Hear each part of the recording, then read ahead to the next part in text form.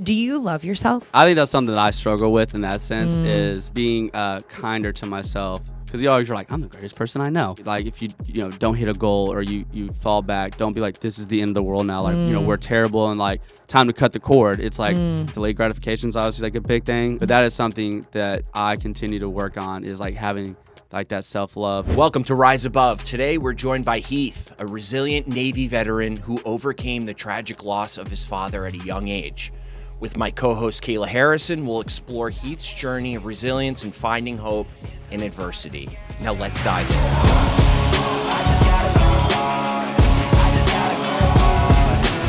We are recording Rise Above. Welcome, Heath, to Rise Above. Let's go. So wait, really quick. We were just talking about the settlement. Yeah.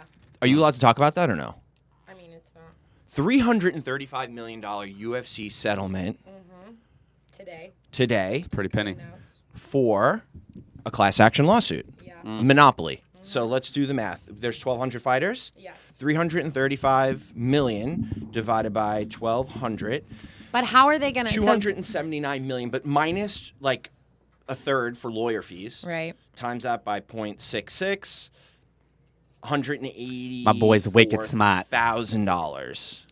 But how are they? But then the question becomes, how are they going to divide it up? Is it by like what you were ranked? Is it by how many fights you had during that time period? Is it Right, for sure, yeah. You know, like how are they? There's more heavy hitters than like if you were the pulling that. champ and Yeah, you had exactly. 10 fights, do you get a bigger piece of the pie? Did you lose out on more money because your pay was bigger and it was a bigger, it was more of a monopoly? Yeah. I don't know how they're going to divvy it up. I'm sure it's going to take time for them to will. like Yeah. let the dust settle.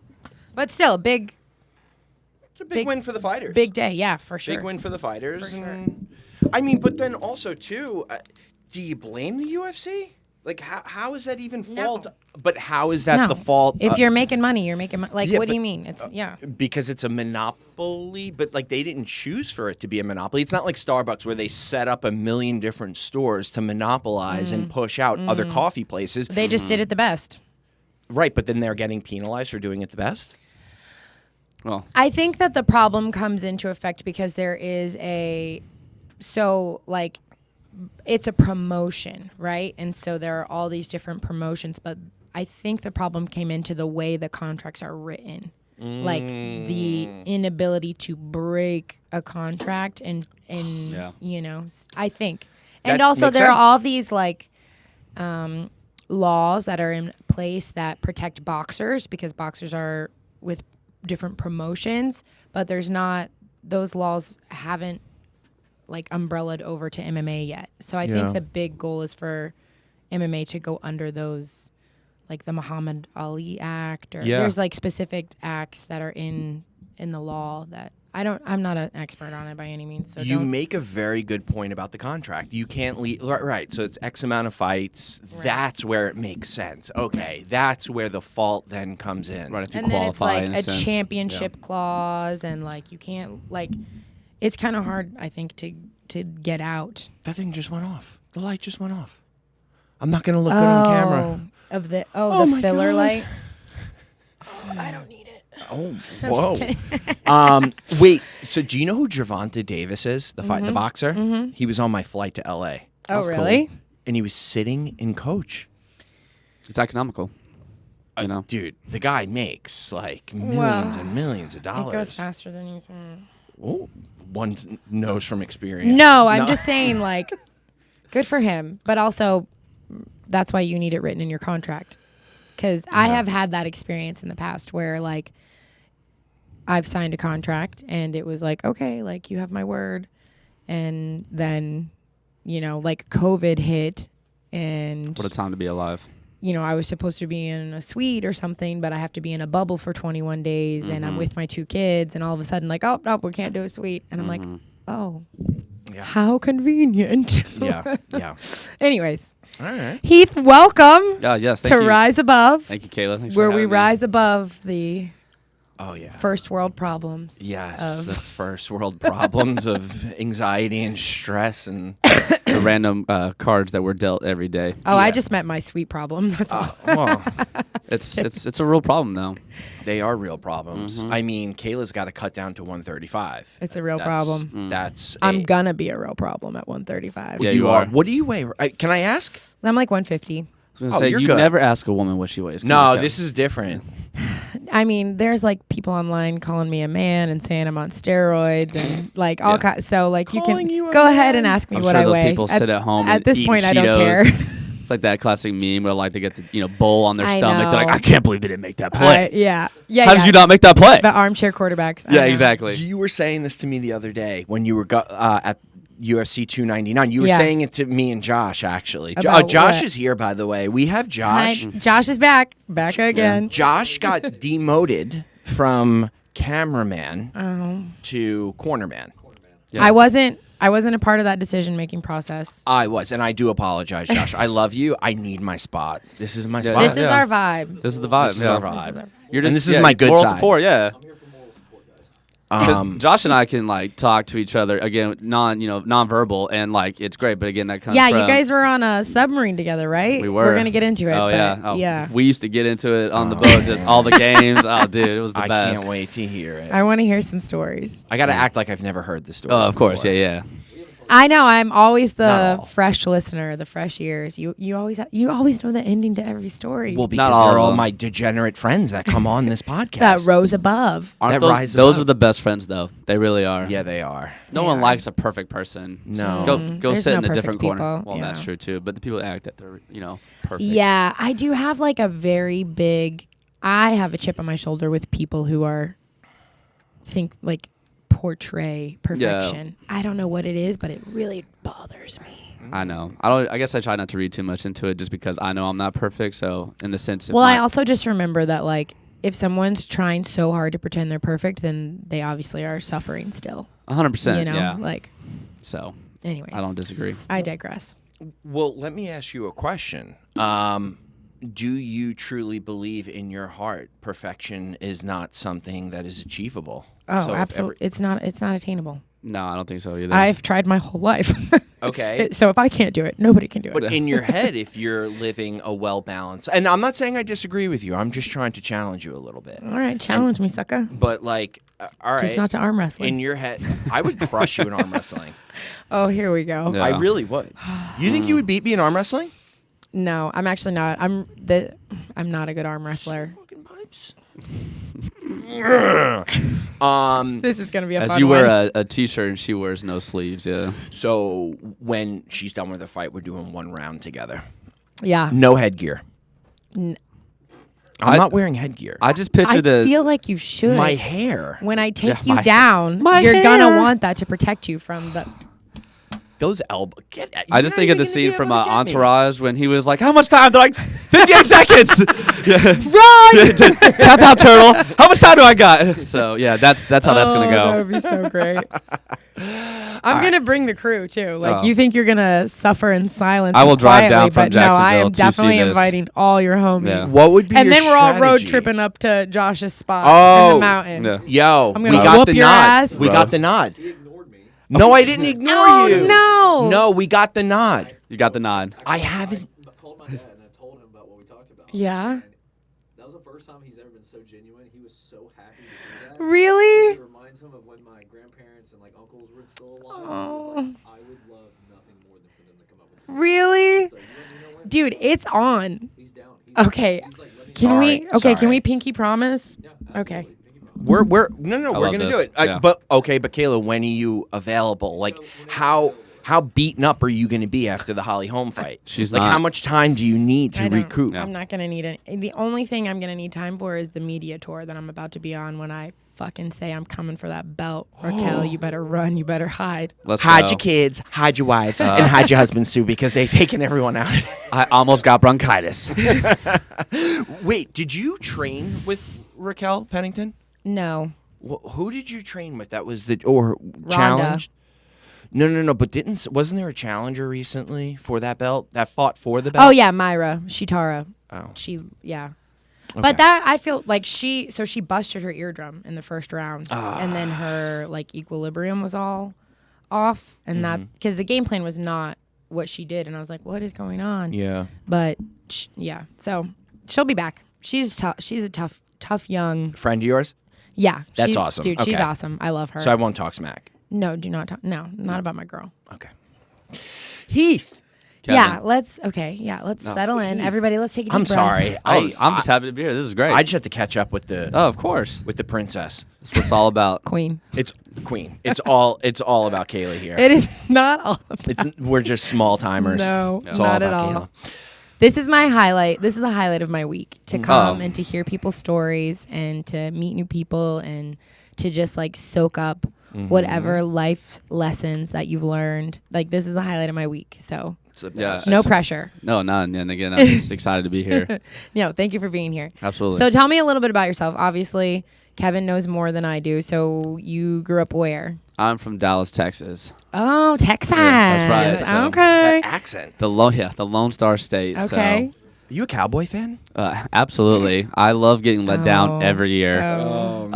So it's just a great like life skill to have have Right. like, every year they're like, this is the year. Yep. And then it just ends poorly. You're just like, yep, right on track. So, I grew up a Bengals fan, so I feel you. Oh, man, that's Like, terrible. But but again, there's no like, the Bengals are usually terrible. No offense. No. So there's no like, oh, we got Or a this. Browns fan. My family was divided. Oof. Bengals and Browns. Yeah, but Ohio just in general, like, there's nothing wrong with Ohio. The heartland in the rain.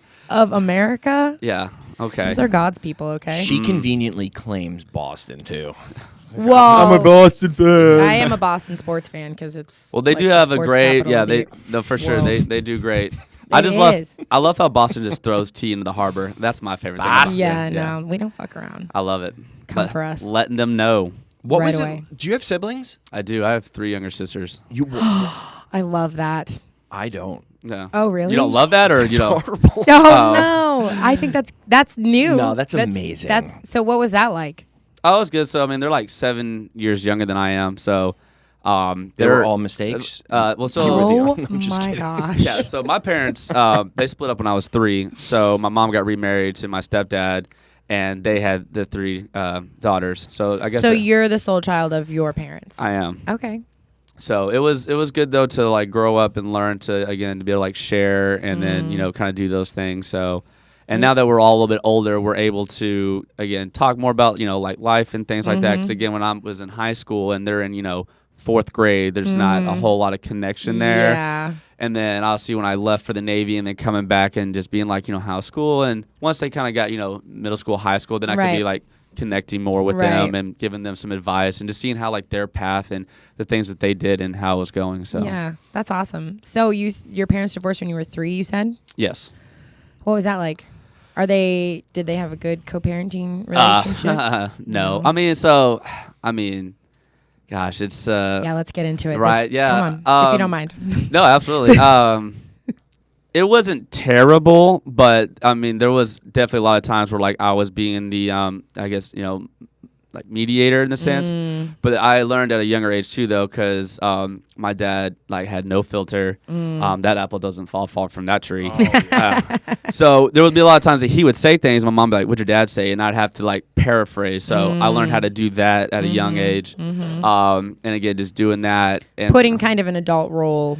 very much earlier so. than- And again, yeah. as we go through, but like there's a lot of times where like I was the adult of like my dad, and there'd be times where like, my dad, you can't say this in public, like please stop. And so it was just going through that. So but overall, I mean, my parents did they're blue collar, hardworking. So they gave us obviously a roof over our head. We never missed a meal. My parents just very honest, hardworking people. So Yeah. they instilled those values. And so that was kind of like growing up. There was never like any like drama really a whole lot.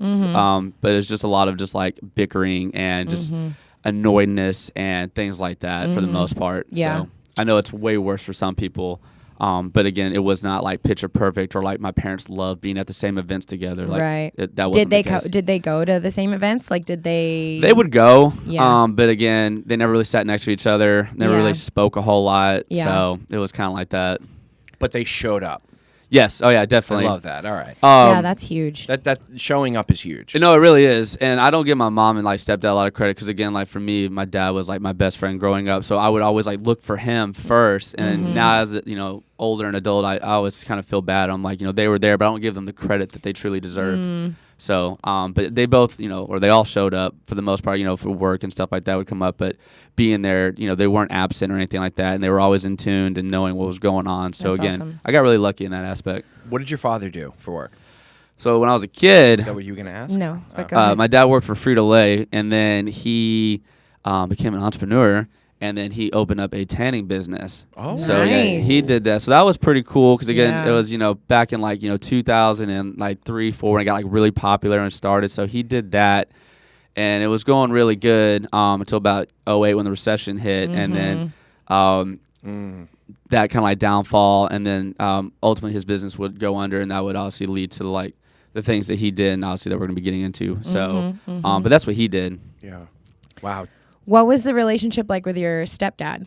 Oh, 'Cause it's I know great. Being I was wondering. I'm curious. How I got really lucky. My stepdad is phenomenal. Yeah, that's good. Person. He's so patient. And yeah, he is a man I admire very much. So That's I'm awesome. obviously a little different and more outspoken, loud, and things like that. So he's a very kind of more quiet, reserved.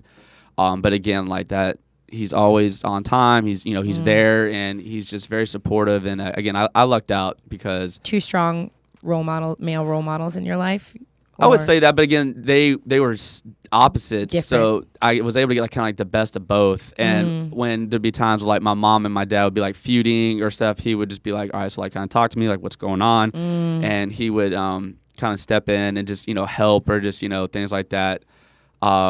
That's really mature. of Yeah. him. No, that's he's huge. so mature, and again, I count my lucky stars all the time because I really did luck out to have such an incredible father figure. And then obviously, after the stuff that happened to my dad and him being there and always there for me, basically since that day. Again, I just have the utmost respect, and I try to say thank you to him in different ways, but I don't think I ever truly can thank him enough. Because again, he worked all the time, and he just made sure he provided for my sisters and I, and my parents do really well for themselves now, which again is just great to see that hard work, and they're not big partiers. They don't do any risque things. They're just again very just clear cut, hardworking. Not a lot of thrills where it's they do crazy things, but they have done really well for themselves over That's the years. awesome. Yeah. I love your attitude already. It's I just appreciate so that. positive. He's very and grateful. Yeah, Yeah. I love it. It's such a. Our world could do with more gratitude, I think. And to hear you just come in here right off the rip and be oh man, this happened, but my family, my dad, my stepdad, my mom, I have so much to be grateful for. I count my lucky stars, just over and over and over again. You've already said it so many times. I just love it. I love to hear it. That's I great. appreciate it. Yeah. Yeah. And I truly feel that way too, because again, we're talking about earlier in the sense of the fighter writing coach, but it's you can always sit there and say well, I don't have this, I don't have that, or and you're chasing the perfection, and it's something you never obtain. But again, being not being complacent and be I like where I'm at, staying hungry, but again appreciating where you are and the hard work that you do. And again, that from just the athletics and everything, Beautiful. and getting that recognition and getting that gold medal and things like that. And so just, taking that moment in time and appreciating it, I think does really go a long way. And I think it helps you just understand life a little bit better. Oh, that's great. You know what I mean? So No, I do. It's funny. Man, God always shows up in these rooms because I've been facts. in my feelings a little bit lately, not about just kind of things that I feel I lack in my life. Nothing.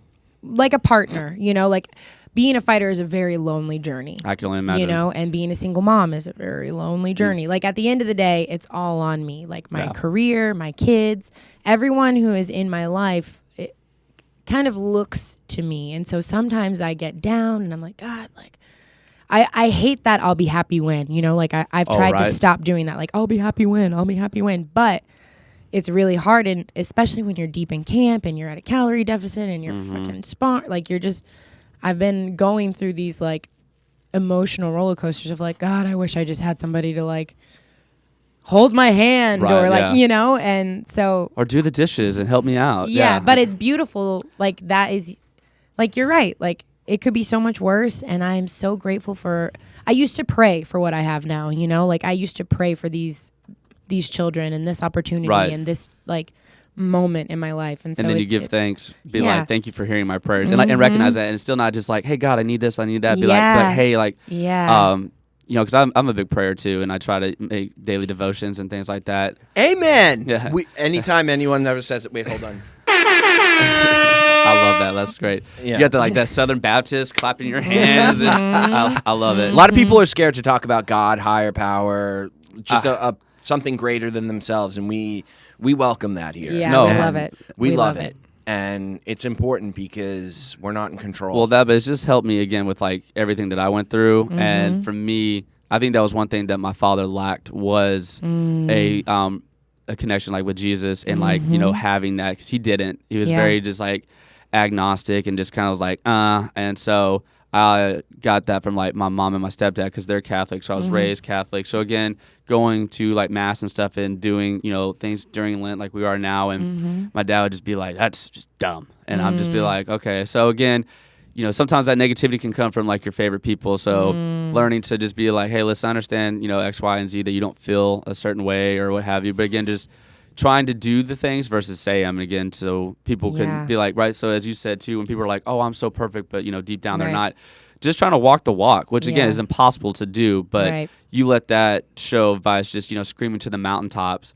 And I always say like consistency is key. So if you're doing stuff right, and again with training and with work and relationships, if you consistently show up and do the things, like eventually, you know, if you're swinging that axe, swinging that hammer, that wall will come down, and then you'll move on to the next one. So where did you?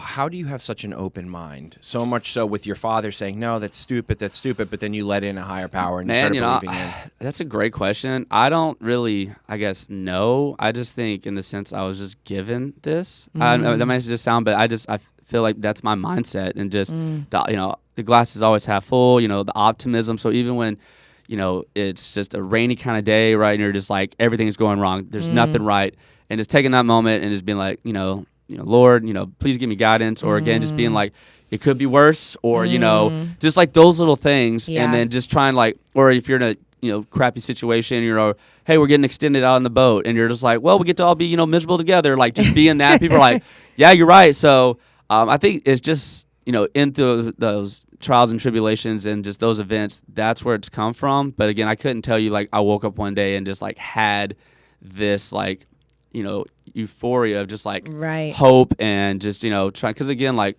it's the little tiny steps every day. But it's so nice to try to bleed into people too. But then it's sometimes too, I feel like I'm pouring from an empty cup. You're like, I don't know how I'm gonna do this, but we're gonna figure it out.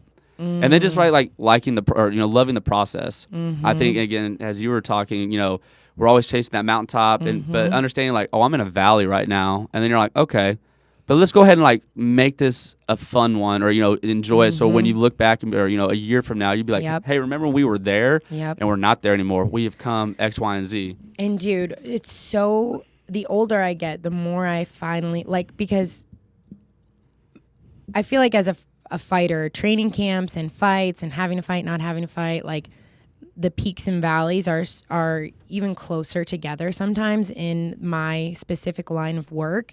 And when I was younger, I just couldn't wait. I couldn't wait to go to the Olympics. I couldn't wait to be Olympic champion. I could and it wasn't until I got. Patience is the virtue. Oh my God, I seriously lack it. I pray for that. But me too. But it wasn't until I got older, and like now I'm finally able to kind of step out, be aware of that feeling, and step outside of it and say, oh shit, the journey is the reward. Like, who I am now compared to who I was then, and who I am becoming is all happening now. Like, the journey is the reward. The mountaintop, yes, like, of course, you want to attain things and get there. But, like, when the gold medal went around my neck, it wasn't like, oh, my God, my life was perfect. It was just like, oh, yeah, every single thing that happened along the way happened exactly how it was supposed to happen. Like, just... does that make sense? The journey is the reward. No, like, 100%. Makes a lot of sense. Yeah. But when did you? All right, so let me ask you this, Kayla. When did you start to realize that it's about the journey and not just the destination, and to appreciate that journey? Whoa. I love that quote. Right? I love it. Yeah, that's one of my favorites. Oh, I mean, I don't like. I think it's like Heath said. You know, it's just not knowledge over time. It's not like a snap of a finger, right? You don't just wake up and you're like, oh my God, like. I'm on the journey. Like, you know, you just kind of keep doing the small little things, like the small daily habits, and eventually you become aware enough to appreciate, like, oh, I'm in a valley, and like, you know what, this valley isn't as bad as that valley was, and also like God provided, you know, he provides everything I need, and like it's crazy. It's this way for a reason. Like it's life is happening, you know, for me, not to me. Like this is all a part of the process. And that is where, I don't know if you feel like this, but that's where faith becomes really, really big. Absolutely. Like that's where you have to, sometimes you just have to fucking like surrender and trust and be like, all right, well. That's one of my favorite stories too. So like when I was on the boat, it was like my 3rd or 4th day. We're underway. And thank you for your service, by the way. Well, tell the audience. So you were on a nuclear submarine. I was. You were in the Navy. I was. How many years? I did 6.5. 6.5 years. Yes. Okay. So long time. Paid for college. That's awesome. So you were on, you said the boat, submarine. The boat, yeah, the submarine. So Okay. it was my very first underway. And I was, when you're new, you FSA, which you're basically like, you know, cleaning up the mess decks and preparing the food for the crew. You're kind of like earning your stripes and things like that. And then I was sleeping in the torpedo room. And I was taking showers down in the lower level head, and I didn't realize at the time that the hot and cold water knobs were like switched. So I just thought, I was like, oh, I guess we just take cold showers underway. This is awesome, cool. So I got like sick like 3rd or 4th day. And so like I was like, man, we're starting strong. And so again, you know, I'm praying, you know, my God, like, what did I get myself into? Like, can I handle this? And, you know, is this for me? Like, please give me strength and things like that. So I woke up, like, you know, the next morning, and I went to go do my 12-hour FSA shift. And I come down to the torpedo room, and there's always like a torpedo man watch down there. And so I come down, and there's like this coin on my rack.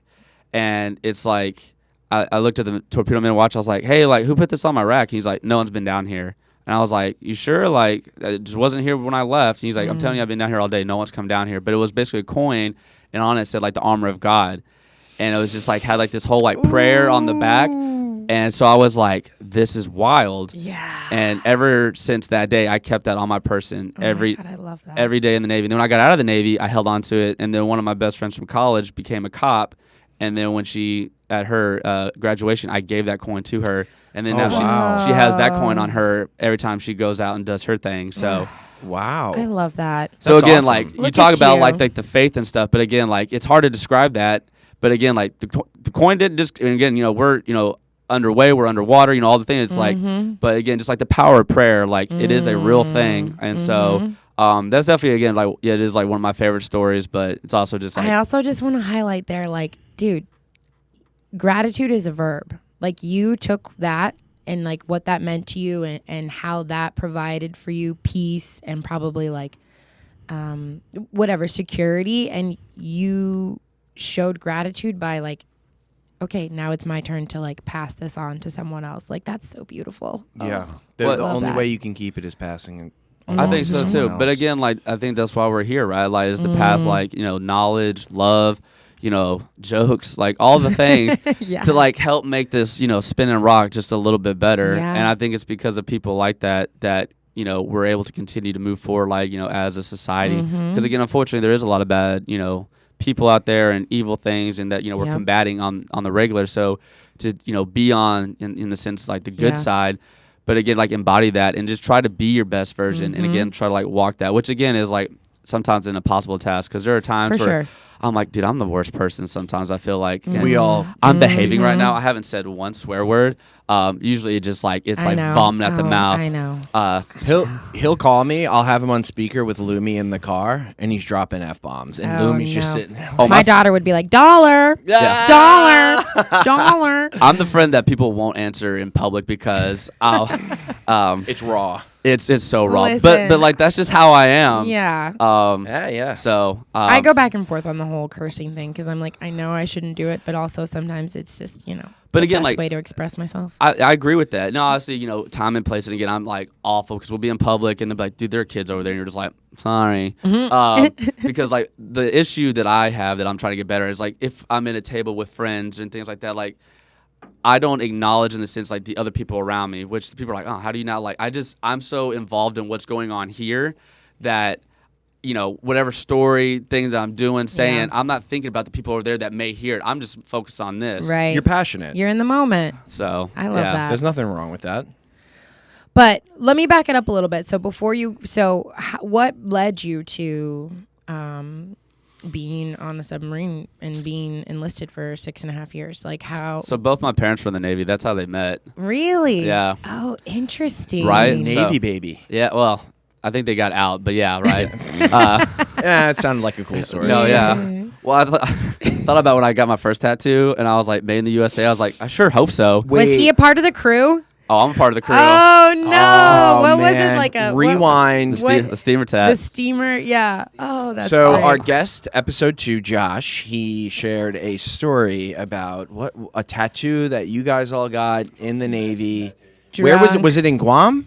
San Oh, I got Diego. mine in Guam because I'm younger than Josh and the guys. So like I didn't turn 21 until a little bit after. So then they were like the first wave, but it was kind of funny because like once I started earning my stripes in that regard, which again is not always the best thing, but against the Navy. So and you try to blow off steam, and hence the steamer tat.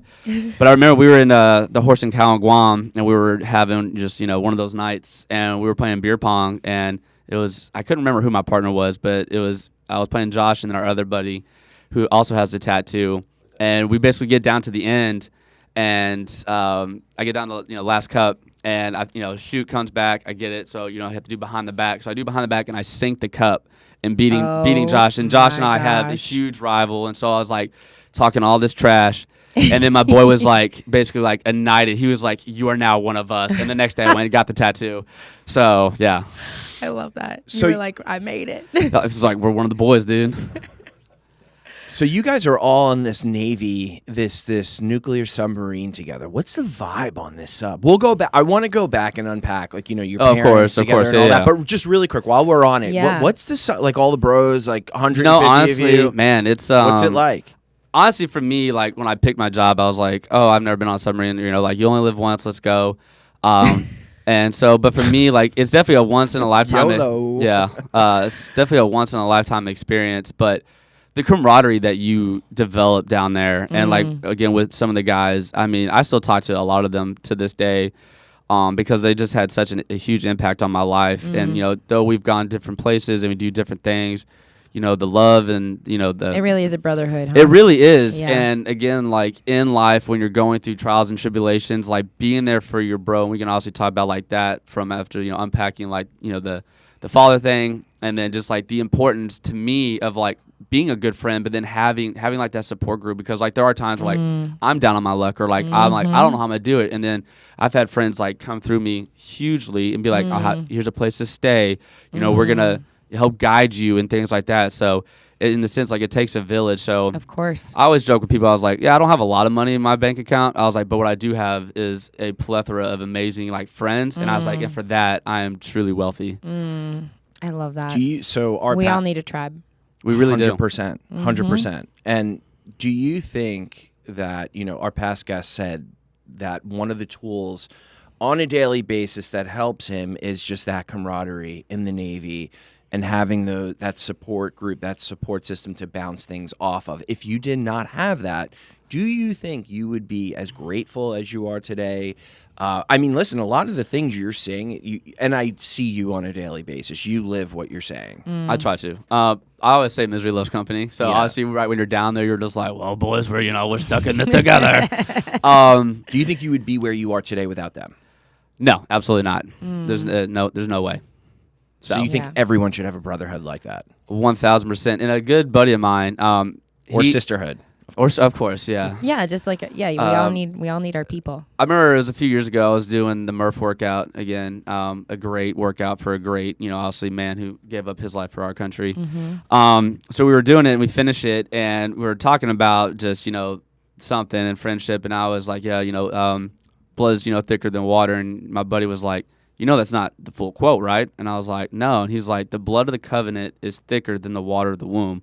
Basically meaning the blood of the brother that you choose is thicker than the blood that you may be born into. And for me, like, that's how, like, for my friends and stuff and, like, how I live. And Josh and I have this debate all the time, but, like, I have a very hard time in the sense of, like, letting go of like friends, or when they say Me too. right, you have friends for Hold a on way too reason, long. a season, and for a lifetime. And like I totally get that. You have a job or you played kickball with somebody. You're like, oh, I worked with them. They're an acquaintance, and X, Y, and Z. But for like friends that I've had for like 10, 15, 20 years now, I'm like, we're in this together. Like there may be ups and downs, and I've had to learn going through that. Just because you've been my friend for so long, that doesn't give me the right to say whatever I want, because like, oh, I'm your best friend for 20 years. Like I'm gonna give you unsolicited verbiage that you didn't ask for or something like that. So that's been like a learning curve for me. But again, like when your friends need you, it's like you show up. So that's just kind of how I'm wired. So again, it's been sometimes a tough pill for me to swallow, to be like, what do you mean this is over? Like it doesn't end. But what about, so you never let go? Yeah, I'm like Rose from Titanic. I never let go of Jack. Yeah, like you're a very she fucking let go. She's a terrible human being. Almost as bad as Jenny from Forrest Gump. She's the worst. Oh my God, I hate Jenny. We all do. Okay, good. Jenny, oh man. I feel bad for her, but also I'm like, dude, She held him hostage. Forrest like that. Yeah. But yeah, A gold digger. Josh yells at a gold digger. but so Wow, what I'm Josh, saying, you you're like haven't- obviously a very evolved, like you're an extremely emotionally intelligent, like you're operating at a high frequency, and like from my experience, some of the people that I have brought along the way don't always get there, especially at the same time as us. So Right. how do you balance like being there for people, like being a ride or die, but also like taking care of yourself? man, that's a great. I feel like Or do you? Or do you not do it? I feel like I try to do that, and I'm still like learning that, because there are times where I check up and call, and you're doing all these things, and I don't Like you're give talking about pouring from an empty cup, right? And I'm just Yeah. thinking, like, if you're constantly, No, that's definitely something that I'm still like trying to be like, okay, give myself more time, but I just always come back to, again, we'll get into it, but like, right, you only have a limited amount of time. So like knowing that, and then realizing like it does end, and that your favorite person, your favorite people will no longer be here, or you won't be here. So it's like you want to carpe diem, but you want to maximize that as much as possible. Yeah. Because like there will come a time, and so for those people that are on their deathbeds, like, what'd you do with your life? Like, I worked my entire life and I didn't do X, Y, and Z. I lived the same. You know what I mean? day Yeah, like I every did the same day thing and for- ate the same thing. Like, Yeah. and again, I'm not taking away from like structure and consistency, but it's like sometimes you want to be rebellious in that aspect, or maybe spend the money you don't have, or X, Y, and Z, because like again, you don't know, but Yeah. again, that impact or that opportunity, time that you had with friends or family, whatever it is, like I always joke, I was like, I wish I could be at my funeral, because it would just be a just roast session. Be lit. 100%. I was But, just gonna say that. It's better than just being like, Heath was just kind of a quiet guy, nothing like to him, Yeah. and like you're not really gonna be missed, and like I get like you can't leave your name forever, but it's nice to know in the sense like when I do depart, and go to the other side, people are gonna be like, hopefully, right? They'd be like, he had a great impact, and like he's gonna be missed in that aspect, and I feel like you did your job then.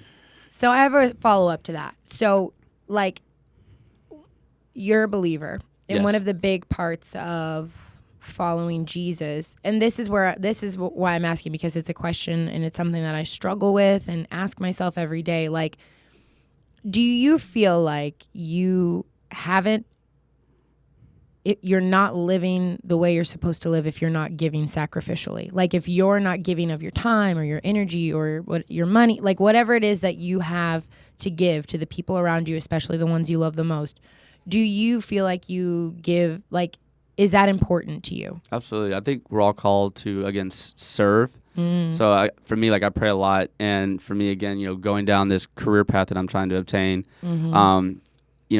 being there for others and serving others, I think is so, crucial. Because again, like you said, right, it's a tribe, and even if it's somebody you don't know, but just, trying to be that positive light and that positive force, I think it's just so important. And so, I just try to, ask for guidance and strength on that to, again, serve how he wants me to serve and, continue down that path as I go. And again, just try to do, the right thing. And again, I miss the mark quite often. And, there's times where like you could have stepped up and I didn't or things like that. But again, just like asking for like that guidance and strength is definitely a daily thing that I do. I love that. So I have heard many people. So I go to meetings. I'm in sobriety, and I have heard you just said. People say God is my employer, and I've heard that many times. I've never heard that. You said, what did you just say? You said God is my something. What is it? Guidance. Guidance. Yes. Okay. So, for me, I believe in God, and I'm asking this for some listeners who kind of cringe when they hear that. Oh yeah, for sure. Can you unpack that a little more? Like, God is your guidance, right? How do you know what's right, what's wrong, what God wants for you? How do you get to a place? It's such a complex question, but also it is. It's a loaded, complex question. But when you ask like what's right for you, no, of course, for you. When you ask like what feels right, like I think again, like that's your soul, right? Like when you do something that you're not supposed to, like your conscience and things like that. So, how in touch you are with your conscience and your soul. Some people don't have one. So, they do horrific things and and you're just like, how can you do something like that? But I think it's because they aren't, connected or try to connect and do those things. Self-will. They're living off of self-will. Well, I think that, or again, I can't speak for them because, again, for some people, they either went through a traumatic, situation and for me, like I turn more to my faith and ask for strength, and instead of like be like, God, how could you do this to my dad, and how could you let this happen to me, and like having anger, I'm more like, I hope my dad is in a better place, and please give me strength to move forward as I navigate this, and then help others in that sense too, or again, right, sharing my story. Yeah. So if someone's like, I have a brother or a sister or their parent, that's on that edge or seeing like the signs, so you can be like, hey, you need to probably get them some help, or because that was something for me that like I didn't say a lot to people, right, at all. I just would always try to coach my dad up and be like that reassuring voice like all the time, and unfortunately, it just wasn't enough. So, so can you tell me what happened? Yeah, so I lost my dad to suicide. I'm so 2011. I appreciate you. My father also committed suicide. So we're cut from the same cloth. Yeah. I guess, unfortunately. I'm so sorry to hear that. Same for you. Yeah, it's tough. It's never fun. But obviously that was right. It's just like a huge, I guess, like mark on like again who you are as a person. I feel like because again you can go so many routes, and again I got lucky because I basically shipped out for boot camp like 6 months later, so I was able to get like acclimated or just thrown into that, so it took my mind away kind of because I didn't really went to therapy right after. I didn't go to therapy until like many years later when I was like in college, and I was more like alone because again, as Josh was talking on his, as we try to relate to normal people, it's definitely a hard thing to do, so I was more like on my own, and I was like, oh, this is terrible. How old were you? I was 18. I was 3 days from graduating high school. It was cool. And you said your dad was your best friend. Oh yeah, yeah. So it was pretty tough. Yeah. So. Yeah. Did a lot of this start from, you talked about the depression in 2008 and some problems with his business. It was that, and then, as you put in his note, it was that failing the business. It was me leaving for the Navy, and then the girlfriend that he had at the time. She just wasn't the best one, and she just wasn't there when like the going got tough. So it was just like an accumulation of all that my dad was like, there's nothing really else to live for. So again, I'm so sorry. No, I appreciate you. Yeah, fuck. I mean, it's just such a hard, I've always felt like, what can someone say? What can someone say to make that situation better? And I spent a lot of time. I still don't know, I guess, in that sense. You just kind of like, I guess, brush it off. But then also like, I think for me, it's not the best thing, but like you develop a very like just, very dark sense of humor. And again, like laughing at pain is just a way to, I guess, cope with the pain until you navigate and figure out how to do those things. But that's kind of just what happened to me, and that's how I've gone through it. But then again, it was perfect for submarine service because you got to have stupid dark humor down there and be just like incredibly thick skinned. So it kind of, I guess got me ready for that. So you were about to turn 18. Oh, I was already 18. I was about to graduate high school. You were 3 days from graduating high school and 6 months from being shipped out. Oh my gosh. Did you feel at any point that you potentially played a part in that, or did you feel guilty or take any kind of responsibility for any of that, or were you able to understand the situation? Gosh, you were a baby. I mean, so at the time, I definitely felt like I should have did this, I should have did that. I guess now that I'm a little bit older, I definitely feel like I did a lot I did a lot of good things. Again, I should have, got my family kind of involved and let them know. You were a kid. You did the best you could. I know, so that's what I kind of tell myself. And people are like, you again when I, there's times where like I was the one not taking care of my dad, but just being like, hey dad, like you probably shouldn't say that, or do that, or things like that. So like the voice of reason. And again, usually it's the other way around with the fathers, like doing that. So. Again, you had a heavy load on your shoulders from a young age, it sounds like, and it just got compounded as you got older. For sure. So again, just like going through that, and again, I still navigate that because it definitely has like an effect on like how I feel about relationships and like connecting not only like friends, but like a partner, and finding like the future Mrs. Jordan. But again, it's tough because I saw like what happened where it's like, when you're at your lowest and you need this person to be there and then they cut and run. It's like the broken heart and just the sadness and the depression. It like, eats men alive, unfortunately. And it happens, every day, unfortunately men are out there just taking their lives. So it's not easy. But again, that's why I fall back on like the importance of like having your tribe, having your bros. So then they call you like, how are you doing? Like, are you still good? You still kicking it? It's okay to not be okay. Well, but it's just, being tuned in and be like, do I need to be there for you? Like, talk to me, like, what's up? So, but then on the recipient, the other side of that, like, if there is something wrong, like, you got to say something, to your friend, be like, hey, man, I am not doing well. And I need you, or I need this and I need that. So people can help you. So it's a tale of both, right? Asking the question, but then also, and again, for me, like I went to therapy later when I was like, I don't need therapy. Like I'm great. I'm Heath Jordan. Baby. And then finally my, friends were just like, I think you should go to therapy. And so doing those are that, good friends right there. They are. Friends. And again, right, I've been very fortunate to have just great people who genuinely care about my well-being and them being right. That's a difficult one to deal with. And, had lived that. So again, talking to somebody who is unbiased and who can just be like, all right, so like, let's unpack this. Let me give you, some things that you can maybe read or watch and things like that. So there's something I found with that core group of friends that you keep around and you're consistently checking in with, and we talked about consistency before. Monday motivational, baby, let's go. Right. But like, when you're consistent with your friends, they also hold you accountable. They really do. Like when you 100%. don't have the courage to, and I shouldn't even say have the courage, when you just don't want to talk about something and you don't want to get it past your teeth, and then you have that tribe, that close group, and they're like, dude, what's up with you? Well, and a great example of that, so like, I do my Monday like motivation to my friends and just send them kind of just like fruit for thought for the week and stuff like that to again just like I love that. Can I get in on that? Absolutely. Can I get in on that text thread? 1000%. But then on Fridays I do like just a Friday like funny snap, and every Friday I'm like happy fucking Friday, and like so there was like one time though like I just had like a really terrible week.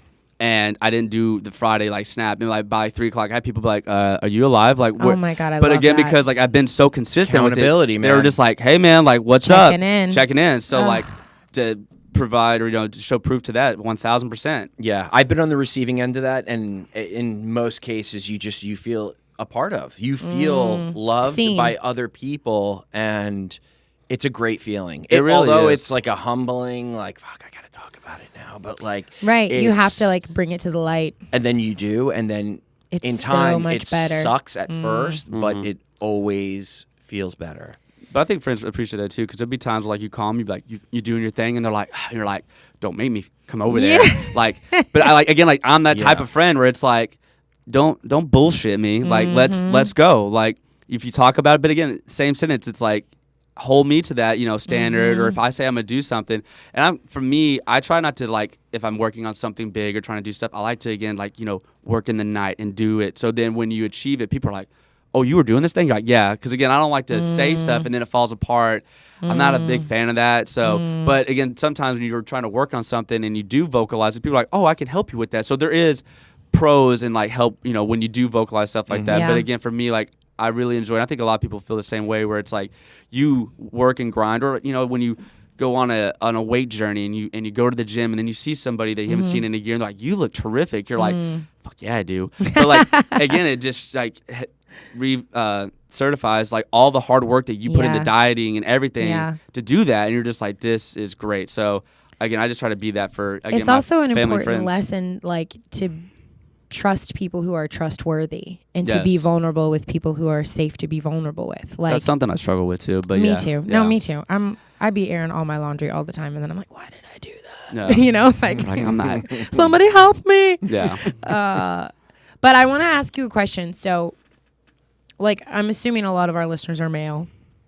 I don't know, but 85%. 80, exact. I knew it. 83%. I knew it. Which is great. I love that. But we talk a lot about mental health, and you said you went to therapy later. So I want to talk to you about what that whole process was like, just because I think it's still kind of a taboo thing for men to like go sit and talk to a therapist, which blows my mind because like I would be insane if I didn't have Well, that, but it's society. Well, that, but I think too, again, like for your guy friends, like your guy friends are your therapy. So it's like I'm good. I vent to Josh vents to me, or I vent to my other buddies. Like that is my therapy. But again, it's a different kind. It is because again, having someone who's unbiased and not just being like telling you things in the sense to just like make you feel better. Yeah. Being like if you are messed up or giving you're you tools. that, or again, just being honest with you, be like, hey, like what you did was not right. And again, then you're like, okay, so. No, what was it like the first time you went to therapy? What made you go to therapy? Your friends? Yeah. Or what happened? What happened? I was drinking too much. Like, just got out of like college, or I was still in college, and like still living like that Navy lifestyle. You went to college after you were in the Navy. I did. Okay, so just give us the timeline there. So you went into the Navy in 2011. You did 6 years. So what is that? 2017. I got in 2018. Okay, 2018. May of 18. Did an amazing road trip from Seattle, Washington, all the way back down to Dallas with two of my buddies that I worked with and like served with. So like that was really cool. And then I went to University of North Texas from 2018 What's to the mascot? It's an eagle. Oh. I didn't know That's I didn't know what that was. Yeah. I have Tourette's. I'm just kidding. So they graduated college in 2020, and then as we all know, 2020 was just like... You graduated in 2 years? Well, so I did college like on my shore duty. Okay. So I basically got up to an associate's because again I was just taking like online classes because at shore duty in the Navy. You were hustling, baby. Good for you, man. I appreciate Love it. that. What was Josh doing during this time? Yeah. he was at dive school, so like we were in Seattle at the same time too. So we have like it's so crazy. We have like Guam stories, San Diego stories, and then like Seattle stories. Like we have some of the best. He was stories. making out with Dylan. Not that I saw. Haven't met Dylan yet. Don't know Dylan. We'll bring him in. Dylan's a I'm good one too. So then graduated in 2020, and then was like again just trying to like find work and stuff, but then like partying and just doing stuff, and that's when my friends were like, hey, we think you need to kind of slow it down. And then my friends like, and also like, we think you should probably, because again, just like that unresolved. So it was just kind of like a mixture of all that. So then again, just like instead of be like, no, I'm fine, like being like, okay, like I'm gonna take your recommendation and I'm gonna look it up. Again, it was provided by the VA, so it was free in the sense, so it didn't cost me anything. So I was like, it would only benefit me. Right. It's not gonna hurt. No. And Yeah. so obviously that first one, like telling the story, and again being vulnerable in somebody that's not gonna judge you. And again, as a man, that's something I feel like that we all judge, because if you see like someone crying, you're like, So. I love when I see a man crying. That's Do like you? That's a green flag. I cry all the time, baby. That is a green flag. Yeah, Kevin cries in The Notebook. I used to keep the Notebook in the back of my truck when I was younger.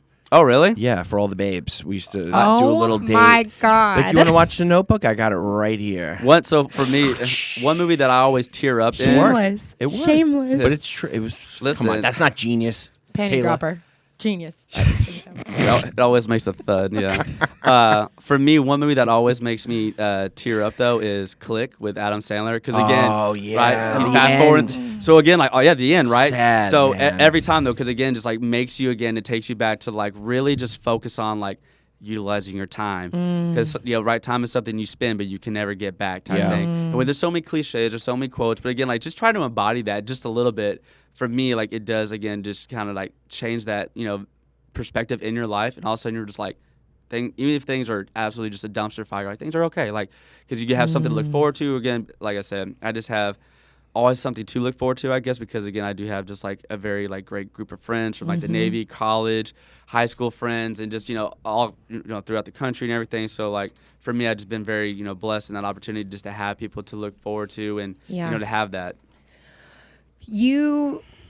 So like for me, when my dad died, it is a huge milestone in, like, my life changed forever. And you talked about how you could either turn away from your faith or turn into it. It's a pivotal moment. 100%. And you said that you chose to turn into your faith. Do you, like, I don't want to dwell on it too much, but what made you choose that path? Because a lot of people don't. Like, my sister didn't, and I did. Like, it's I think again, great question. I think for me, again, it was just like having that faith and just like something about it where you're just like, I believe, and just like I know.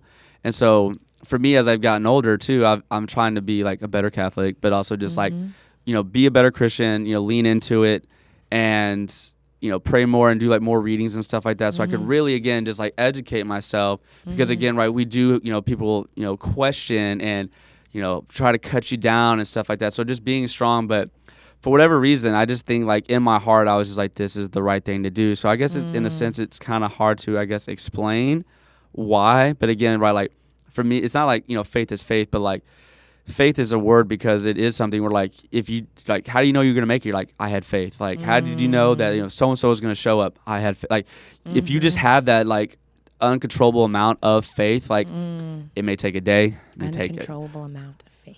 I just, right, like, it, like you said, God will show up. Now, when he does, in the sense, when provides, like, that is the question mark, again, because that is what makes you have the faith, though. Because, again, if you knew when you're going to get something, I always joke, I'm like, would you want to know when you die? Right? Some people are like, no, I don't want to know. I was like, oh, I do. Because then again, now I know how much time I have. But again, people are like, no, I don't want to know. Which again is fine. But again, now that's what gives life its mysteries, because you don't know how much time you have. So again, each day that you have, go out there and just try to do the absolute best you can. If make somebody's day by smiling at them, or helping a friend, or, being there with your partner, raising your kids, whatever it is, like just finding each day to try to do that. So again, that way you leave that mark. Yeah. If you had 3 months to live, what would you do? I had 3 months to live. What would I do? Man, I would travel a lot, obviously. And honestly, I would just try to go see all my friends and just friends and family, and create just one last memory. I think, in that sense. Obviously, going to Vegas, 1,000 on black, baby. Because dead doesn't follow you when you're dead. Kayla, can I borrow 100 grand? That was something. So after my dad died, when they give you the death certificate and all that. So I was obviously his next of kin. But my aunt, she was, very like helpful throughout that process. But she basically made copies of, the death certificate and all that. But then whited out my name and then sent that to like all the debt collectors. Basically, like, oh, this person died. So I never got any calls or anything about calling to collect money. So yeah, my aunt was a superstar in that regard. Oh my God, that's amazing! Shout out. What's your aunt's name? Laura. Shout out Laura. Aunt Laura. Hell yeah. That's beautiful. That's awesome. That is so smart. Yeah, Oh, give her a Oh yeah. Hold on. Let's go. Laura. Oh shit, that thing made me lose my track of thought. What was we were talking about? Oh, so I'm a firm believer that faith without works is dead. And you've been talking a lot about like these things that you do. You pray a lot.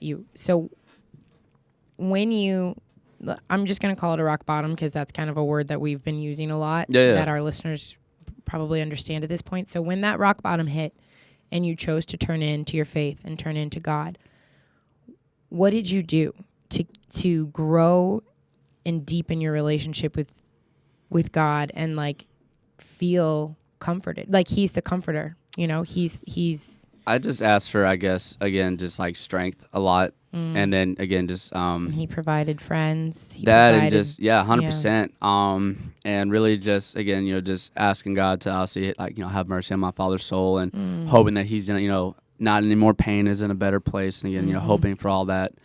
But I think that's just been the biggest thing. And then again, just, you know, people that either have gone through it, you know, just getting advice from them, or again, just, you know, older, wiser people, just like, you know, that are very, you know, Christian based and have that, you know, same belief. They're just like, you know, you have to do this. Again, it's your own journey, and it's, you know, your relationship with God. It's not mine. It's not yours. You know, it's, you know, in the sense yours. So, just, you know, again, trying to communicate. But again, I just think over the years too, like just trying to like get better at praying. I don't feel like you can ever say like the perfect prayer. There are a lot of times like, well, I'll be like literally falling asleep, like trying to pray. And I'm pretty sure I fall asleep before I finish like the prayer. Yeah. Which I'm just like, sorry, God. Like, no, that's good though. That's like that's like, I think that's the goal. Like, well, it doesn't take me long to fall asleep either. I could like get horizontal, and you could like get a stopwatch, like, oh, he's done. So, which in some ways is what like a blessing, right? Because some people are like, I just lay there for hours. I'm like, not me. Done. That's awesome. When your father passed, was there any sense of resentment towards him? I always told when I was younger, I would be like, if I ever saw my dad again, I'd punch him in his face, but then give him like the biggest hug and tell him how much I missed him. But it'd be like you asshole. Yeah. I think now, not more so like, you know, I guess resentment. I would just be like I've missed you. Like I can't imagine like going through like my naval career in college and just like, you know, the stories that I'd be able to share with him, because my dad was like the funniest guy. Like that dude was just so, he just, you know, had a way with people, and it was just so funny. And again, we had just, you know, had our own humor. So I just feel like, unfortunately for him, like he missed out on so much, you know, opportunities and things that we could have, you know, bonded over and shared. So it was just compassion. Yeah, that right. And I think, you know, obviously that takes time to, you know, learn and build compassion and empathy, right? Because you're so quick to, and again in society, when someone's like going through a hard time, you're like, hey, stop being a baby. Like, do your job. Suck it up. But in a sense, like sometimes you're like, okay, like that's not always the answer. So for me, trying to be more like empathetic, a better listener, again, especially for like a partner, that's always something that kills me when the girls are like, I just want you to listen. I'm like, I'm a guy. I listen to make solutions. So that is something Fixers. that tried to be, right? So that's one thing I'm like, okay, I'm going to do my absolute best to sit here and listen and just, you know, be that for you. So again, because when I was younger in college, I was not very good at that. I mean, it's also how you were raised, right? Like you grew up in a family that was divorced, and you were at a very young age put in this place of like, I have to be the go-between. I am an adult, and I am the fixer, and I have to mediate, and I have to make sure the waters stay calm. I think that might be why I'm so like in a sense a great communicator, because that's something that I do very well. But again, for some people that, you know, don't respond, or they're like, oh, I didn't see it. I'm like, how do you not see the text? Or like we have 17,000 ways to, you know, socialize now and stay connected, which again is a blessing, because there's no way I've been able to keep in contact with like all of our Navy friends that we do have. Yeah. So that's definitely a positive of like the social media. Yeah. But for me, it's like, it's not hard to just, you know, send a text or, you know, to communicate. But I think, you know, communicating in between my parents, and then, you know, when I was gonna see my dad, not see my dad and stuff like that. I think that definitely probably started there. I guess I never really thought about it in that way, but I think you make a great point on that. Oh, I'm big on going back to the childhood and finding out what made us who we are. No, 100%. I'm very big on this. But it is like who we become, and like right, it plays a huge part. So obviously there's some people that break the mold, and they came from nothing, and they, you know, become an amazing human being even after having traumatic, you know, events. And then there's also people who are like, their parents were amazing, and then they're POSs. So like you get both sides. So after 6 years in the Navy, serving the country, serving our country so that we're safe here, and, you know, we're limited from threats internationally. That blanket of freedom, baby. Right? So do you think that the VA/government should be doing more for the soldiers? I mean, they can always do more. But I mean, it's tough because, again, like it's so complex. It's not just like one thing. But I always tell people too, because, you know, some people are like, we should all have free healthcare. I'm like, the government can't even take care of 3% of the population, which is its, you know, veterans. the VA overall, again, it's not what it can or should be. So that's always, I'm like, be careful what you wish for, because again, the government is not the answer. I'm happy that I served and, did my part. But again, obviously, I'm definitely one of those where I'm like, I don't like big government. So again, that's a whole rabbit hole for another time. But I definitely. Do we talk about politics on this podcast? Yeah, we talk about everything. I think again, the government should, make sure not that they put them above, just an average American citizen. Obviously, an American citizen is, an American No, citizen. fuck that. I'll say it. Like, you served our country. You're literally protecting our basic human rights. Well, I appreciate you. The right for us to live the way we live. Yeah, you should be put a little bit higher. I guess that's just like, that's the I humbleness, agree. I guess. But again, I learned that from some really great friends of mine, but guys that are still in that are out there, fighting the good fight, and they're just incredibly humble. But they taught me that, because again, too, I was kind of saying when you're younger, you're like, we're the shit, and it's like, calm down, like you're doing a job to provide a service for others that may not be able to, because again, not everybody has the qualifications to serve. So to have the opportunity, one, is a blessing, but two, to be able to do it, it is something great, and again, to do it well and again honorably. I mean, that's something we all strive to do. So would you do it all over again? Yeah, I always tell people I wouldn't go back to a submarine, but like if you ask me, like, would you do it like all the same way? 1,000%. Like, yeah, because again, like all the things that like I couldn't imagine like what my life would be like if I didn't do it, and like again, the friendships and the opportunities of the places that I went to and the things that I learned and life lessons. I just I wouldn't in that sense trade it, because it helped me make who I am today. So Yeah. What's the biggest life lesson you've learned? biggest life lesson that You're I what, learned. 33? 31. 31? Such a baby. Your sheet was wrong. All right. What's the biggest life lesson Yo. you've learned? Easy. Shots fired. All right, so I send her I'm a sorry. one sheet on Sent our me- guests. Sorry. Like someone preres a one sheet. Yeah, that I know. person is I have me. such a good. Wait. Do Yeah. for Kevin. He does all of this. Yeah. Literally, all I do Pat is yourself on show the up. back to Our He the best is personal assistant. no. He is the best business partner and podcast partner. He's like, let's give Kevin his flowers, because this thing would not exist if it Up weren't top. for him. Up top, baby. I'll request the highest. He's of the fives. man. Thank you. Okay, I did not mean you looked 33. I just thought I misread. you. Maybe I misread. No, so you're you're fine. 31. She said What's you look old as fuck. Yeah, What's the- I am white, the so suit and tie? I was like, he's a professional. He's definitely The way he ties his tie. 32 plus. yeah. Right. What's the biggest? So wait. He had a T-shirt. So Josh, episode 2 guest, was arrested, as he shared, boy. and he had a T-shirt made up of Oh no! Josh's mugshot. Yeah. Pull it up, Josh. It's pretty fantastic. Pretty hilarious. Josh is gonna be our Yeah, Josh. our searcher. Yeah. Josh, bring that up. You're, Josh, a, can you're you- a social media guy. Can you look up Josh Norton? Can you Google that name and pull up the the mugshot? I think You look good in your mugshot, dude. You should make Not that many your people can pull off a mugshot. Yeah, you look great in your mugshot. You do look good in your mugshot. About this, I was like, what you gotta do is you gotta go to jail, you gotta get on a podcast, and then you gotta sell merch. Oh, there you go. It's the American way. It is capitalism at its finest. Isn't it You- sad? Here we go. Oh, And our friend made coffee mugs Oh. too. Me with my mugshot shirt. Here, put it on that oh camera. My, can we? Yeah. Can we? Not zoom. You got to go closer to it. Oh, okay. Hang Yeah, on. give it to me. I got it. Go ahead, mama. I got this. You see the camera to your left? So yeah, Uh, we took that last nah. night. There you go. yeah, whatever. It's all good.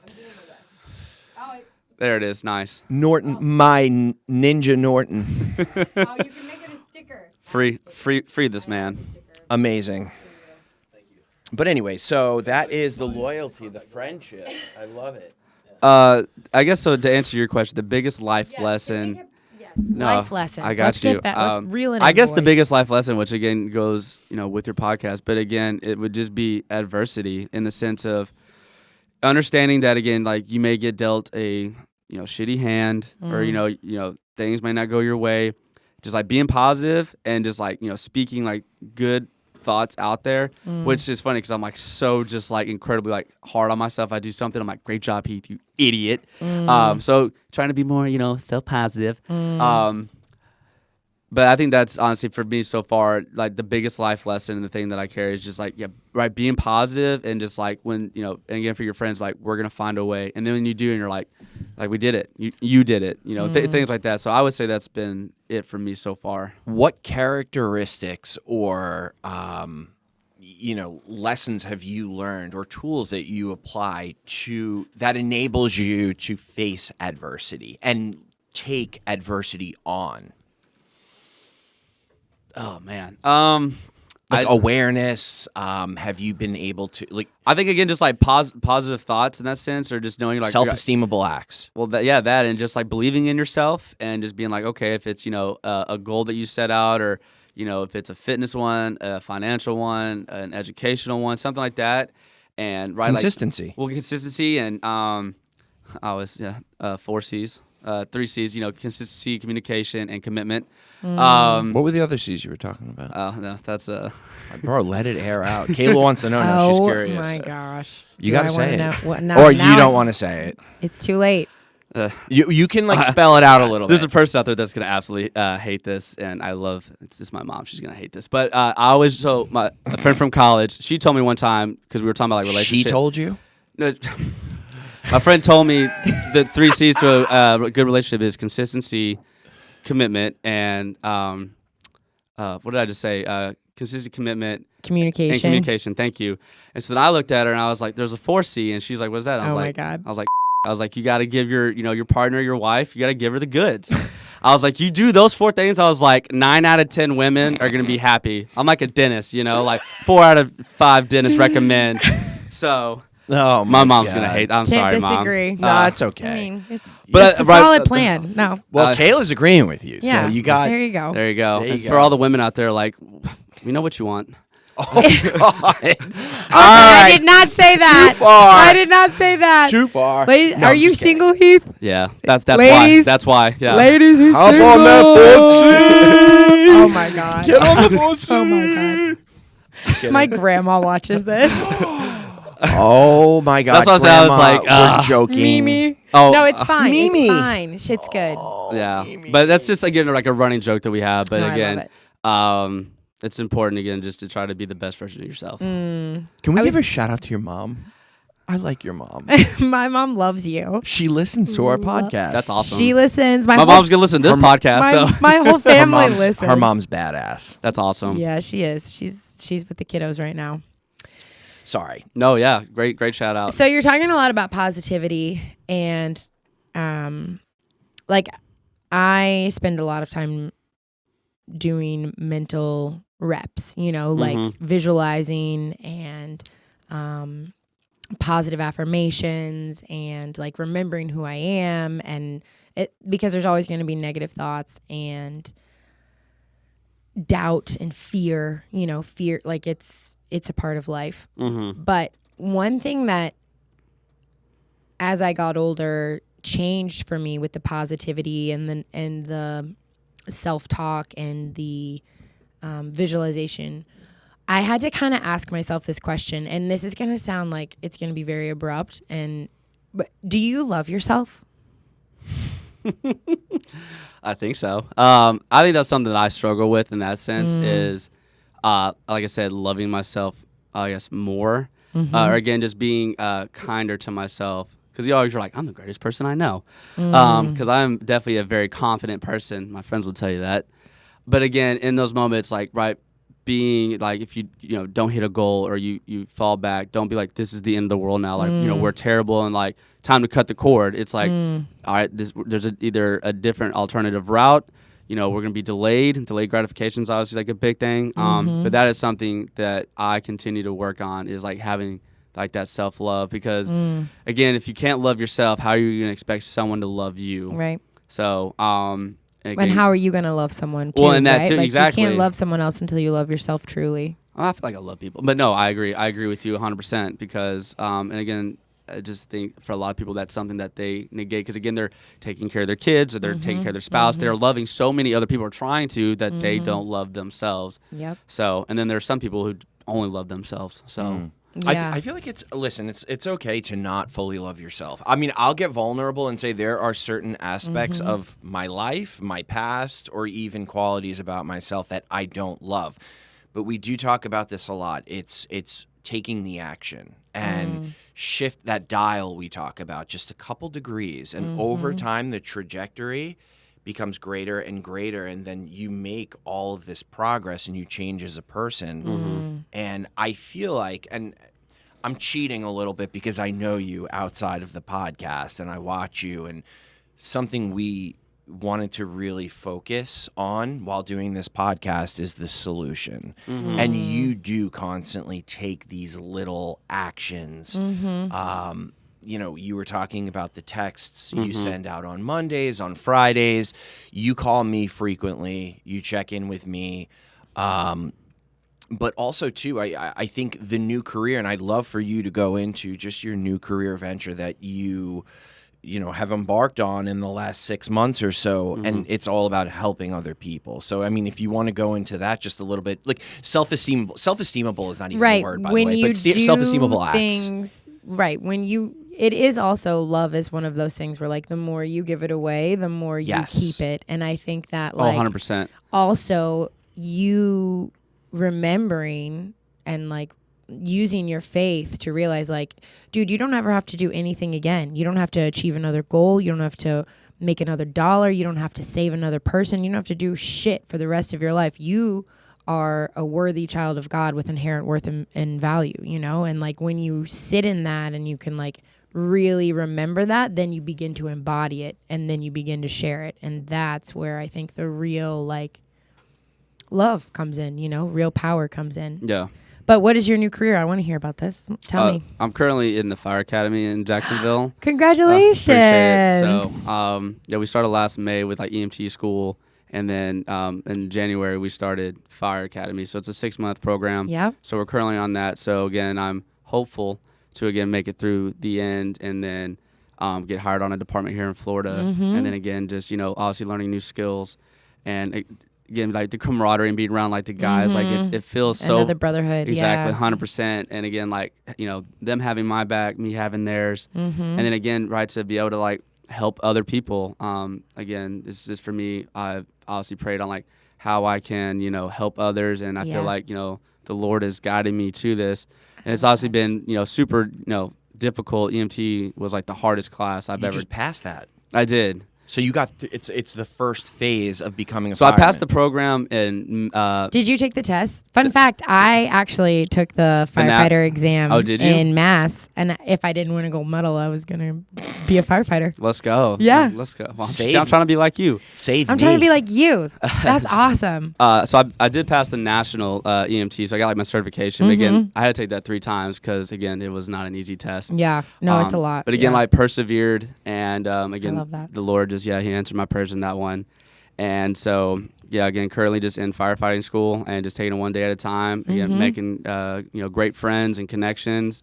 And again, hoping to, you know, have the opportunity to, you know, get out there on a station and walk in the path. Yep, be in the community and again be a positive light. What made you decide on that? What called you to that? Man, you know, What were you doing before? I do personal training. Okay. So, okay. you know, trying to, again, just, you know, help people where, you know. He wore a suit. I can't see the guns. Yo, he was jacked for a minute. You're still jacked, He's but you still were jacked. But What are you talking about? I felt the handshake. I know. There's power in those hands. I appreciate you. We played golf. You were looking. Oh, thank you. I mean, your game sucked. Oh, but it's you were terrible. But yeah, smashing balls, just not down the fairway. Dude. Yeah. You lost it. I know. It was yeah. great. It was amazing. Terrible. But I just, again, I think just praying and asking to, you know, be of service, and then this opportunity just kind of presented itself. But again, just like trying to, you know, get into a career, the retirement, things like that. It kind of just like led great me, benefits. Yeah, Great. Yeah, led great, to that. great So, job. and again, like the skill sets you learn and everything.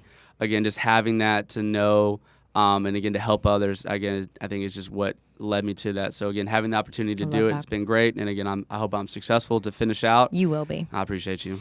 I have a question. Everybody loves firefighters, by the way. Not everybody loves cops. I can But grow, everybody loves a I can firefighter. grow a great Ladies love firefighters. I can grow a great mustache too, so I think that was part of it. Like when God, you know, You got like the full. well, because I can't grow a beard or anything, but like the mustache is like strong. strong. So yeah, it could put out a fire. Wait, do you think it could fire? Wait, Kayla. So if you became a firefighter, let's say you I was weren't a fighter, engaged to a firefighter. so you guys would have Nice. been firefighters together. I guess. Oh, so cool. Do you think you can carry me out of a building? 100% she I can. did, yeah. I had to do the test. You can carry me out of a building? The only one who got higher on the test was my ex. Really? Yeah, I could carry you out of Was a he building. a big mama? Yeah, he was like 6'3", 220. Oh. It doesn't count. I did the whole thing. I like put the poker in the roof, and I would carried love the for you to carry bag me and- out of a building.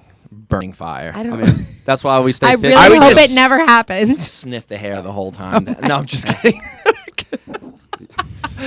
Everyone, Kevin That's a always great gives shampoo me a you have there, giant sir. I always hug give her a hug and and sniff like her hair. sniffs my hair for a solid 7 Kayla's seconds. hair smells so good. Thank you. Yeah, it's like a little bit of I'm like Pert blushing. Plus and like pheromones. It's good. Nice. Yeah. Good for you. Okay. Yeah, good So pheromones. Well, I anywho- know you guys have a whole, like, you got to wash your hair on, like, this, 7th day, or I don't know. I mean, I train 3 times a day. Well, twice a day, and then cardio every day. So I'm like, I'm real ragged. But Wednesdays I wash my hair for y'all. Solid. For the Oh, boys. for I do. boys, let's I She go. knows do. a big sniff is coming. Yeah, I know a big sniff is coming, so I wash my hair. Big Other days, for the guys at the gym, fuck them. But for you guys, I wash my hair. Love it. Let's go. You're there for you. You're not there for them. Mm-hmm. Yeah, but I wouldn't be me without them. So Oh, there you go. I should probably wash my hair, but it's not good for your hair. So That's why I hear. oh my god. Well, we should ask Kevin. Look Yeah, at that right. l- Flowing. those luscious locks. Let's go. My Mama Lanning gave me these. She passed them along. My mom's got great hair. Does she? My dad still has a full head of hair. That's Yep, awesome. Yep. Good Going genes. strong. My dad doesn't. That is so fucked up. Bro. Just kidding. No. Never too soon. No, dude. You're like, you can joke on that. I mean, Hey, whatever gets the that's- dark humor, man. No, it's you have to That's have your it. personality, though. I'm telling you, like, it is. So, like, that's what, like, for me, like, it's like a hard line to walk. Is like, again, like, Christian values, trying to be that, but then, like, obviously, like, part of my brain, the way I think and the things I say, they're like, again, my family's always like, hey, Heath, like, tone it down, and they're not wrong, but then I'm like, kind of like, this is who I am. Yeah. So again, like, I can always evolve and be better, but I'm like, I feel like people appreciate sometimes like that banter. Be real. Be real, Dude, but be authentic. No, I Yeah. did the same thing where like, especially becoming a mother and like, I can only imagine. I'm very involved in my church, and I always felt so like I stood out, like I'm the only single parent in the whole church, and like I say fuck, and I'm Yeah. a fighter, like I'm not I have a very You are the black sheep. I am the black but sheep. I'm not a own it. Mr. It's- Rogers yeah. sweater wearing, Yeah. but like, and I felt like I needed to change that. But I think by being authentic and being real, I reach more people because 100%. that's what I want to do ultimately, right? Abso- Like I want to be Absolutely. I think that's fantastic. And again, that's kind of how I think on that too. I love that. I am a child of God. Child of God. We all just are. remembering. It's a mirror. Like I too, said, just in trying case you need trying to, to look at walk the It. Do walk. you want to look It's an into impossible it and remember? task. It's a mirror. There you go. So you you are a could- child of God. That way you can look to see how great you are every day. No, look and see that I'm a child of God. So, someone who, for our listeners, is maybe experiencing a close family member who passed away, whether it's from suicide, whether it's from cancer, whether anything, and just facing that adversity, someone who is in the thick of things right now, what advice would you have for that person? Again, don't do it alone. Lean on people. Again, for me, I leaned on my faith. Again, if you have faith, I recommend doing that. If you don't, I mean, again, that's your personal journey. But having that support group and friends and family who will be there for you. And again, just look for the if it's already happened and the ripple effect is taking. It's obviously it impacts a lot of people. So again, just taking it day by day and just trying to find ways to not blame yourself, things like that, and just trying to stay positive. If you're in a situation where someone has been talking about it, or you kind of see it again, either reach out for them and get the help that they may refuse to do because they're being prideful and things like that, and just try to step up. But then at the end of the day, right, like it is the person's ultimate action, and that's why I think suicide is so hurtful, because it's the last thing that they did, and they were so hurt that they feel that everybody will be better off because I'm not here, and it's just not the case. not Because right, yeah. So I think just trying to on the flip side, just be like, it wasn't your fault that they did that, and don't hold it like I could have did more, because again, like you beat yourself down and kick yourself down, and I would just recommend not doing that. So And again, if you're not a part of a group, try to get a part of a group and just, connect. And because, we're humans, we seek, connections. And I understand some people are more introverts than extroverts. And so, again, just trying to find your niche and find things that, give you purpose, make you feel full. I think those are big driving forces. So even when, the hurricane comes and it rips your house off the foundation, if you have a strong enough foundation, you can rebuild the house. Amen. So I think that's just what I would try to, tell people. Do you think a lot of that comes from some of the acts and, the actions that you take on a daily basis to help you feel of some worth? Absolutely. So I remember one time my mom sent me like a video, and it was like a Catholic priest like talking on like suicide. And again, I guess like how the church is, taking a slightly different stance because, before it was like you're going straight to jail, straight to hell when you commit suicide, right? So them being like, again, showing like more compassion and stuff. But the priest was talking about how a guy in San Francisco, he ultimately, committed suicide by jumping off the Golden Gate Bridge. But he wrote in his suicide, he's like, I'm going to walk there. If one person smiles at me, I won't do it. So again, by something just as simple as, acknowledging somebody, smiling at them, and, being a positive impact could ultimately like be a deal breaker for them. You don't know that, but they could be like on their way, like I'm gonna go kill myself, and you're like, hey man, I hope you have a great day, and they're like, I'm not gonna do it anymore. And just like Dude, I just got chills. Just seeing like one more day, and again for us, like in like laughter and comedy, like that's again our vice and how we kind of like deal with that. But like being able to laugh at it, or again make the jokes and stuff like that. Again, probably not the best coping mechanism, but that's just how for myself, that's how I do it. But I know like when people are laughing, they're not thinking about pain or, depression and things like that. They're in a better state of mind. So again, trying to be a comedic relief and be that for someone. And obviously some people are like, your jokes aren't funny. You're like, okay. But then for some people, they're like, I really needed that today and I love you that. So again, you can't, please everyone. But again, if you can just save one. Dude, I have to tell you. So I have like a traumatic past. I was sexually abused by my first coach, and I'm sorry to hear that. Thank you. And so I moved like right after I told my mom what happened. She packed up a U-Haul. I moved to Boston. She was dropping me off. I was gonna live there and train for the Olympics. And but like to say I was struggling is like an understatement. And I was suicidal. I thought about ending my life all the time. And I'll never forget. We were driving to Boston. We stopped at a gas station, and I had just had like a really bad flashback, and I was like sweating, and I got out of the car to go to the bathroom, and like I was